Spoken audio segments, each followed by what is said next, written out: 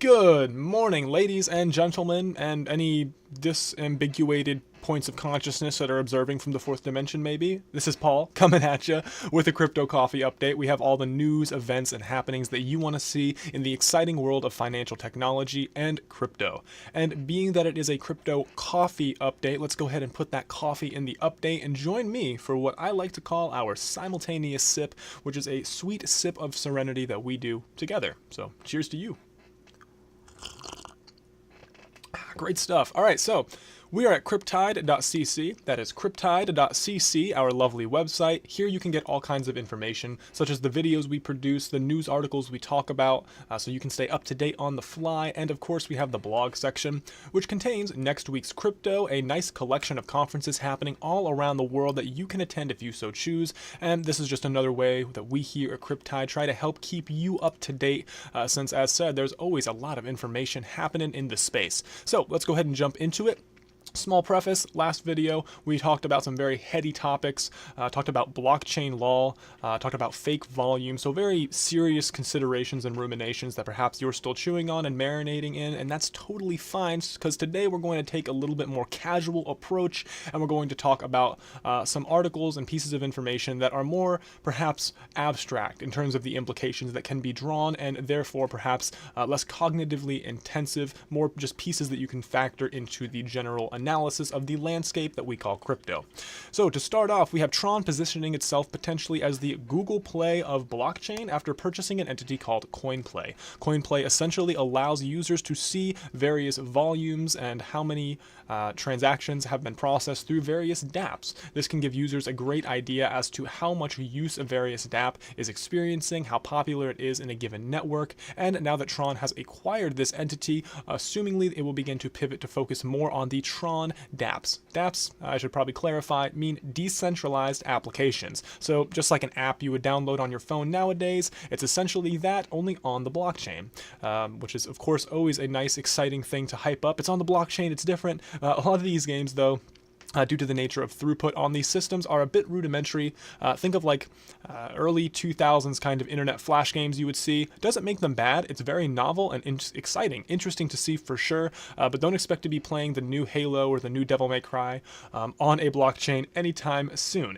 Coin may have something to say about that, but in terms of tracking a wide variety of various dApps, Tron is positioning themselves quite well from the looks of things. And interestingly enough, who's to say if this dApp volume is real? Given that Tron owns the CoinPlay entity, perhaps they may massage some figures, just as Justin Sun seems to have been massaging figures for his Twitter followers. It seems as though 50,000 of his newest followers, only about 20,000, they have no visible activity at all and only retweet Tron. So very strange stuff going on there. That's not to say that, of course, other Twitter profiles, other crypto Twitter celebrities, they don't have a large amount of fake followers, but it definitely seems to be the case that just in the last recent chunk of time, Justin Sun may have engaged in some activity, or perhaps some user on his behalf has engaged in activity that ultimately resulted in many fake followers flowing to Justin Sun's Twitter account, pushing him nicely over the 1 million mark. So that's pretty exciting for him, but unfortunately doesn't really seem to be the case that these followers are all legitimate. So that is unfortunate. Now, moving along to perhaps a more interesting news story about Tron that reveals that perhaps this activity may ultimately not be coming from a excited user, but perhaps is part of a larger framework and ethos that Tron expresses. An ethos of do whatever it takes, step on whoever you need to on their shoulders to climb up the ladder of appearing as though you are a just predominant blockchain ecosystem. And that seems to be the case at every twist and turn with Tron. Not only did they copy their white paper almost word for word from many different sources, not only is their almost entire code base forked from Ethereum, specifically the Ethereum J library, and full disclosure, they have done some work on that since then, but just goes to show they didn't build anything from scratch per se. It definitely seems to be the culture at Tron to do whatever it takes, a lot of the times not so kind and maybe even nefarious things. Here's one of the newer stories that have broken that goes to show some of the more nefarious sides of things. Passing 1 million followers, as said, mostly with fake accounts, Tron decided that, hey, well, Justin Sun decided, I suppose, on behalf of Tron, that he wanted to give away $20 million. To celebrate his 1 million Twitter followers. And of course, he's going to be doing it via Tron, which is cool. That's his imperative.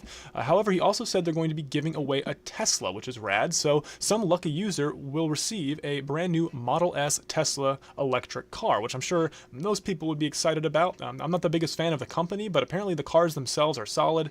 So that would be extremely exciting. However, unfortunately, silly them, they recorded a video of the selection process, but it was a big video, and Twitter wasn't able to compress it, and it resulted in a glitch. So a poor glitch ultimately caused an issue to where the video was not renderable, and so they just decided to have another drawing. Don't worry about it, right? They're actually not going to give this poor dude the car that he was promised. Instead, they just did an entire another drawing. This dude is, of course, perturbed and worried. Seems a bit heartbroken even. I went ahead and pulled up the thread here, and I voted yes, considering the fact that basically Justin Sun pulled the rug out from under this dude, said that, hey, you're going to get a Tesla. Oh, by the way, you're not. And crypto Twitter seems to think the same. And since then, it seems as though Justin Sun has responded saying that, hey, that's really unfortunate. It is so unfortunate that this situation occurred. Not apologizing, saying that it's just unfortunate. So instead of giving him a Tesla, he wants to extend his warmest welcomes to the new Tron Summit happening in 2020. So rather than getting a car, he gets to fly out to a Tron Summit happening next year.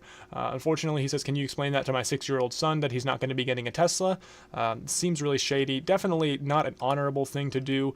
And interestingly enough, the story doesn't stop here. It's not just Justin Sun pulling out the rug from this guy and giving a Tesla to somebody else. This individual, John Galt, he does some really great posts and research, kind of does his own thing. I see him from time to time floating around the crypto Twitter space, but he did an analysis of the winner, and it seems as though the 88 drawings were done all from the same IP hashes / timestamps. They were clearly the same person.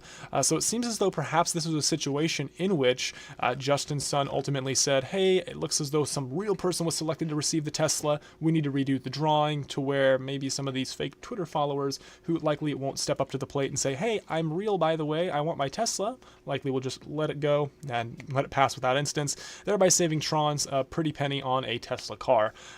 From John Galt, more hard to say exactly what he's trying to pull here, but it's pretty clear he's trying to pull something. Am I right? And John, I gotta say, I'm thinking you're right on this one, brother. We'll have to wait and see ultimately what comes of this situation. I just hope this dude gets his Tesla ultimately. Uzgar, I guess we'll call him Uzgar. Hope you get your Tesla, man. Justin Sun, I really hope you do the right thing and step up to the plate and deliver. You can't just fork a Tesla and fork a giveaway like you forked Ethereum's code. Got to step up to the plate, have some integrity on this one. But with that said, let's move away from some of the more strange things happening, scammy things happening in the ecosystem, and enter into some speculation. Today we're going to be speculating again about Quadriga CX. Haven't we all been speculating about this since the story broke? At what was at one time the largest cryptocurrency exchange in Canada met an untimely demise at the same time as its CEO did, passing away unfortunately of Crohn's disease in India, complications. And yeah, he controlled the cold wallets, cold storage, and ultimately the exchange could not access their funds due to the passing of the CEO. And Quadriga CX is now entering just legal issues and review to try and settle and make investors as whole as possible. But now it gets even stranger. It's not just that this one individual was the proprietor of the cold storage wallets and the entirety of user funds. It seems as though he did so with intent and in a very strange manner. This is coming from an individual who worked for Duheim Law in Vancouver, and she gives a riveting and just perplexing report as to how this individual handled their finances. Essentially, this individual had a plethora of various law firms, 4 of them in particular, looking at their proceedings. They were looking to become one of the most regulated exchanges in Canada and perhaps even the world. However, strange things began to happen.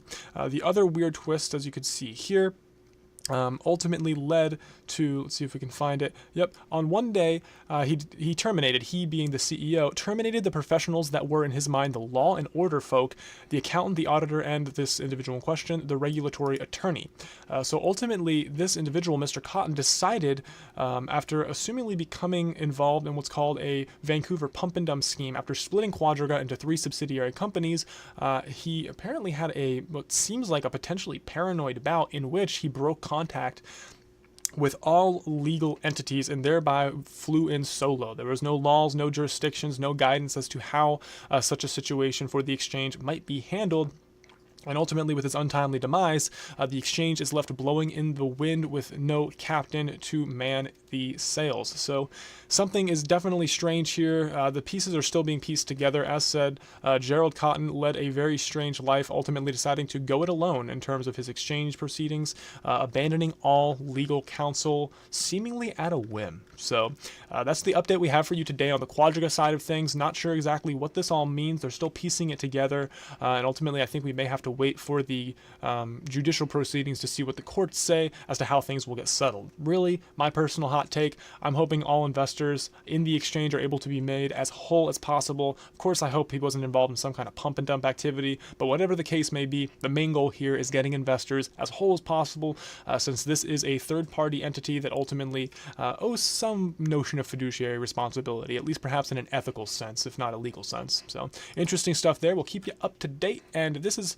potentially a reason Hong Kong is feeling a little skittish about the whole crypto situation. The Security and Futures Commission from Hong Kong said, look, you guys got to be careful with STOs. There's a lot of risks there, and they're definitely correct. As said, we've explored previously on the Crypto Coffee updates some of the misconceptions, some of the associated benefits and detriments with launching a security token offering. It may be a good fit ultimately, but if you're thinking it's going to give you access to just a world of liquidity, ultimately that's already the case with security offering. So tokenizing it isn't necessarily a major comparative advantage in that sense. But however, that's something that Hong Kong Securities and Futures Commissions has pointed out. As said, they've just basically handed down some guidance trying to tell people that clients need to obtain clear and easily comprehensible information regarding the STOs, and that is something that just me, as an individual, your buddy Paul, will absolutely echo, not as financial advice, but just as somebody who's been in the space for a while, as an observer, as a participant in some aspects. Oh, there's a little fly here. Get out of here. A participant in some aspects. Yeah, it's definitely something you want to do. Many opaque promises are enticing to some degrees, but of course, given that these are securities, there are much more legal implications in terms of the fine print. So always read your contracts. Read your contracts, guys. It's super important. Or have a legal team that you know and trust that is competent to review your documents. Do what Gerald Cotton didn't do. Keep a legal team on hand if you're going to be dealing with very complicated and expensive legal matters. So good stuff there. Let's go ahead and see some other developments that are happening. Perhaps another element that perhaps elicited this guidance from Hong Kong is the idea that the Swiss Financial Market Supervisory Authority, FINMA, they found that Envion AG unlawfully received public deposits from commercial bases of at least 37,000 investors. So this is one of those examples where, they're in Zug, they launched an ICO with 37,000 investors, 90 million francs, and it was unlawful. We've seen this before with some other jurisdictions, such as the SEC dealing with Gladius tokens, saying, hey guys, you raised $20 million. That's awesome. You have a great idea. That's awesome. There's one bad news, though. You don't have a working network. You fail the Howey test. This is a security. You've got to give the money back. Seems as though that's what's happening with Envion AG as well. They fall within the scope of the Banking Act, as said before. And they will continue to focus on ICOs, and that's something that I don't think is going to change in any legitimate jurisdiction around the world. Of course, this is flagrant violation in some degrees of securities law, so it makes sense that the entities and powers that be that focus on those sorts of things are going to focus on the large cash cows. 90 million francs is no small sum, and it is definitely reasonable, at least in my opinion, that, if it walks like a duck, if it quacks like a duck, it's likely a duck. And unfortunately, Envion AG did not do enough due diligence, did not consult with the proper channels, else before inadvertently launching a security. And this was in July 2018. We're well past that stage, folks. If you're thinking of launching a project, you got to do your due diligence. I mean, give us a call, reach out to Cryptide. We'll do our absolute best to put you in contact with competent people who can take you to whatever direction you want to go with your project. And of course, again, not financial advice. Really, we're more of a consulting group. We do what we can to try and get you on the right track so that things like this don't occur with your project. Because after all, if you have a great idea, you need access to funding to make it work. And nothing like being set back a year and a half or 2 years when you're grappling with the authorities, trying to explain, look, I didn't mean to do anything wrong. Everyone else was doing it. So, just due diligence, guys. Got to do your own research and stay on top of stuff. Join the Discord. Link below in the description. You can join the Discord. Always down for a live chat. It's fun stuff. All right, so now moving right along, the documents reveal that, again, Gatecoin has begun liquidation, and this was in Hong Kong. So this was an exchange that was hacked. So again, just like Quadriga experiencing some issues, these third-party entities, these silos of cryptocurrency, ultimately are to some degree subject to security breaches, and we've seen that plenty of times in the past. Ultimately, they said the loss was $2 million, but nowadays at current prices is closer to $26 million. It was a document received by the block, which the document itself is from Borelli Wash, which is a limited company in Hong Kong, and the document's 9 pages long. Just goes into discuss the liquidation proceedings in the matter of Gatecoin Limited. So hopefully, as said, the overall dollar value increase of the underlying asset, hopefully that can go to some extent to make investors whole, but realistically, since the overall coins themselves are gone, that is a major unfortunate development, and that's the kind of thing that you really can't get back. As we saw in the last video with Singapore's Dragon EX exchange, if these funds are transferred to a regulated KYC AML enabled exchange in the US like Bitrex, for example, then Gatecoin perhaps could have given them a call, said, hey guys, there was a transfer of our funds that were hacked, can you please freeze these? We alerted the authorities, reach out to them, that sort of thing. Doesn't seem to be what happened in 2016 with Gatecoin, unfortunately. So that's kind of the best case scenario in the event of a hack, but really the best case scenario is cold storage practices, best in industry practice, keeping the vast majority of your funds, if you're an exchange, offline in cold storage. That way, in the event of a data breach, the vast majority of consumer funds are safe. You can enter into hopefully some form of maybe, I believe it's called civil rehabilitation. Don't quote me on that because jurisdictional discrepancies. Of course, we're talking about countries and sovereign nations all around the world with their own ways of doing things. But with that said, that's just kind of what we're looking at here with Gatecoin. Now, moving on to less regulated KYC exchanges, at least for now, it looks like that's changing. LocalBitcoins is introducing some new verifications. And that's going to be reducing anonymity after some new EU regulations that compel individuals to give up some of their identity for a little bit of financial freedom, which probably has Ben Franklin rolling in his grave right now. The Finland's Financial Supervisory Authority, or FSA, where the company is based, essentially said, hey guys, you got to hand down a little bit of AML KYC and get that rolling in order to continue business. The directive requires cryptocurrency-related businesses in general, not just LocalBitcoins, to carry out customer due diligence, known as CDD, and submit regular suspicious activity reports, or SAR. So any, suspicious activity would include large amounts of volume being transferred to opaque locations, questionable sources of funding, that sort of thing. But ultimately, what this means, as per the article, it says that the company is going to do what they can to stay compliant and offer safer, better services conforming to the regulators. That's really all a company can do in the face of these kind of activities. But with that said, peer-to-peer trading is, of course, never going to go away. It's something Bitcoin facilitates with ease, and other cryptocurrencies make even easier. I'm thinking things like Smart Cash, and yes, Bitcoin Cash, I know I may get some flack for this. It's fast and seamless, definitely easy to use. So maybe it could be the kind of peer-to-peer cash equivalent to Bitcoin Core, BTC, their store of value proposition. But the point of the matter, the big takeaway here is not any ideological position as to what cryptocurrency is best, but the notion that the frictionless nature of transferring these digital assets is something that is truly a immutable property of said assets, and ultimately ultimately leads to peer-to-peer transactions being much easier. Think of cash without the physical limitations of me trying to hand it to you through the webcam and I can't do it. Definitely expands and expounds the scope through which peer-to-peer commerce is allowed, and therefore that's why I believe you're seeing more regulators focus on these kind of local exchanges such as LocalBitcoins to try and curb some of the potentially illicit activity that flows through these sorts of things. But not all illicit activity comes through peer-to-peer for sure. I mean, we just talked about a hack, so both types of exchanges are certainly vulnerable. Now, Cisco is expecting $10 billion blockchain market by 2021 and 10% of the world's GDP to be stored on-chain by 2027. Normally, I don't care too much what entities say when talking about price predictions like that. These numbers are very squishy and they change, and the economy is going to grow. In certain places, it may contract depending on what jurisdiction is applying what level of technology and to whom. So with that said, this would mean several $1 trillion worth of value could be stored on both centralized and permission blockchains by 2027. I do want to point out, keeping in mind with the consensus study that was undertaken on the behalf of the European Blockchain Observatory just recently, the hypothesis is that this early build-out phase, assumingly sometime between 2021 and 2027, will peak with a group of permissioned blockchains focusing on interoperability being the, I guess, the chosen style for many enterprises as they begin to apply this type of database management structure known as a blockchain.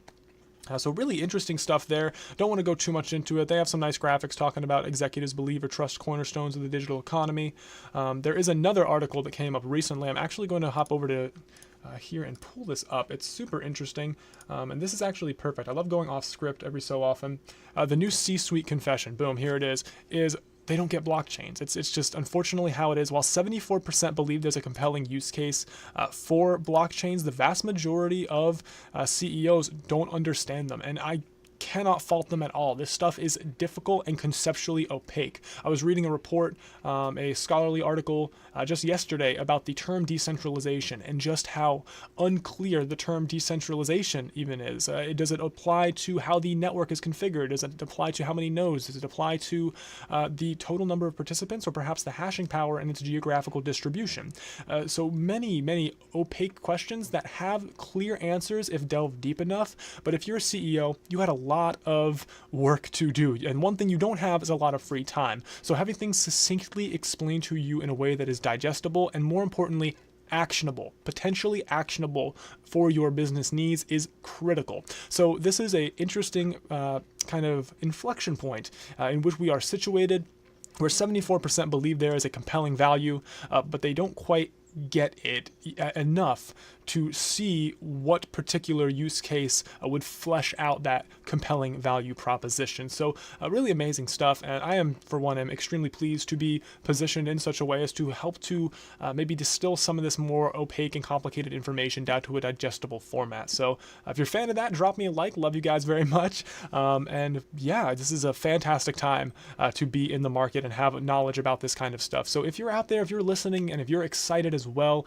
there's room. It's a big economy out there, and there's plenty of room to jump in feet first into the blockchain space, start educating yourself, and start getting involved. It's very exciting, and everyone I've talked to so far, well, maybe 95% of folk, are amicable, willing to help, and extremely friendly. So great place to be. All right, so let's go ahead and continue our quest of questly quests as we quest through these articles. TF Blockchain, they're opening a new chapter in Portland, Vancouver, and Austin. So extremely exciting stuff. This is a blockchain conference entity that ultimately seeks to bring entrepreneurs, blockchain enthusiasts, and programmers, and including venture capitalists to help fund the whole thing, these sort of individuals together to communicate about the space and ultimately try and create a sum being greater, or the whole being greater than the sum of its parts sort of situation. And this is a really interesting article. It talks a little bit about TF blockchain events and the need for blockchain communities, which I agree with is so critical. So here's a quote from Preet Deol saying, "To be a part of and witness communities in Vancouver, Seattle, and Portland actively work together to become a connected powerhouse for emerging tech in the Pacific Northwest is incredibly inspiring." With a strong sense of community, talent, and, and economic support, there we go, creating impact and seeing growth in the blockchain industry is inevitable. I'm excited to see more use cases occur for the industry that have genuinely positive influence on society. So while this is a bit of an abstract, things are looking pretty good statement, it's definitely something I can echo. And of course, bringing people together and allowing them to communicate freely and openly, kind of an open source network of people, is definitely the way you maximize the impact for the space. So really exciting stuff there. Of course, it's always exciting to see the United States getting a bit more deep into blockchain tech. A lot of latent potential, I gotta say, especially over on the West Coast. Tons of latent potential here, but this is my backyard. I mean, this is where I live. So what's it like where you live? I'd love to hear from you guys, my friends all around the world. Are you noticing an uptick in excitement about blockchain in your local area? What about your nation? Are you seeing more conferences, hearing more chatter perhaps on the news or your local media about this new, strange, exciting kind of blockchain, crypto technology, oftentimes which is just conflated with Bitcoin nowadays? So really exciting and fascinating stuff, guys. Excited to hear from you guys as well. And the biggest U.S. exchange, speaking of the good old U.S. of A., is going to pay institutional investors interest on their staked cryptocurrencies. They're going to be starting out with Tezos, in which you can, they call it bake. You can bake your Tezzies, which I think sounds adorable. You can bake your Tezzies for a stake, because it is a proof of stake crypto. If you're a large institution, you're probably a bit cumbersome in terms of handling these kind of assets. It's brand new, a lot of moving parts. So what Coinbase seeks to do is create a custody relationship, a custodial relationship, in which they will stake on the network on your behalf, and you in turn will receive interest for doing so, which is extremely interesting. See what I did there? Assumingly, Coinbase will keep the difference between the 5 and 8% relative to how much your stake ultimately gives you, but the fact that users will receive a proportional stake relative to their stake on the network could potentially mean that if Coinbase nets just a few institutional clients that have a large stake of any given network, this could be a cash cow for Coinbase in a very exciting way. Just imagine if, for instance, one group of clients controls, say, 15% of a given network, then it will be getting 15% of the total block rewards proportionally, give or take a few percentages depending on how that probability plays out. Ultimately, given that they're only giving 5 to 8%, that could mean a hefty percentage fee for Coinbase. So really nice windfall, guys. I mean, really amazing stuff. Of course, I think there may still be a bit of a bitter taste in folks' mouths from the whole hacking team event with Coinbase, where they hired on some people who may or may not, or may definitely absolutely sold some software for monitoring citizens and committing war crimes sorts of stuff. So yeah, definitely not the most savory hires. Hopefully Coinbase is moving past that, trying to get a better image in the community overall. And with something like this, it seems as though they are definitely at least not going away anytime soon. Tezos had a market cap of $500 million USD. But I do want to stress, I'm not sure where these figures come from. If they come from CoinMarketCap, remember, last video we talked about CoinMarketCap has not changed their metrics yet, meaning that unfortunately perhaps this figure may be much less than one would hypothesize, but that's totally fine. We'll take it at face value, and the big takeaway really is that institutional clients eventually, here soon, will be able to create a custodial relationship with Coinbase to stake their proof of stake. Neat. All right. Light, one of the big four, and the big four indeed have a huge presence in the blockchain space. They are really the big four that dominate any kind of blockchain jobs that are being posted. So we're talking about things like, wouldn't be a research analyst, or somebody who looks at the data, for example, or even just somebody who audits the smart contract code. It seems as though that these big four are truly the place you want to look if you're looking to get hired on by one large firm that deals with blockchain. It'd be a great way to get your feet in the space, great way to start networking and getting information as to how enterprises are actually utilizing this technology. As said, 74% of executives are willing to do so, but ultimately unsure. So having these large firms come in and consult and offer a bit of guidance is assumingly a cash cow in and of itself. It even says here that Jamie Dimon, a notorious skeptic of Bitcoin, actively prepared JP Morgan coin. So definitely you can see that the tide is changing. Not only that, 25.49% in terms of blockchain job postings, up from 2017 to 2018. So the tide indeed is rising, as we say here at Cryptide, and the TechCrunch founder says the same thing. He, Mr. Michael Arrington, is saying, I've never been more bullish about crypto than I am right now. And if you recall, I mentioned probably 2 months ago, a dear friend Juan and I were having a conversation about the space. We've been in here for a while, and we realized this is the first bear market where the question has changed. The question has shifted. The question is no longer, will Bitcoin survive? Will crypto be around? Is blockchain even legitimate? The question is now, when will this bear market end? So it's not a question of if, it's now a question of when, which is a huge, I'm talking gigantic mental shift when you really consider the context of the space, the history surrounding it. Mt. Gox, I mean, Lord, just imagine if Mt. Gox had a worse end, if this kind of technology would even be where it is today. So amazing stuff. Always exciting to see intelligent people who are successful coming out and saying, hey, you know, I see the potential here. I see what's going on. I understand that revolutionizing how we store and interact with data will allow us to leverage our existing technology in an even greater fashion, thereby expounding the economic output per unit input, which means more wealth, more freedom for everyone, and ultimately a happier world for all. So fantastic stuff there. Always good to end on a positive note.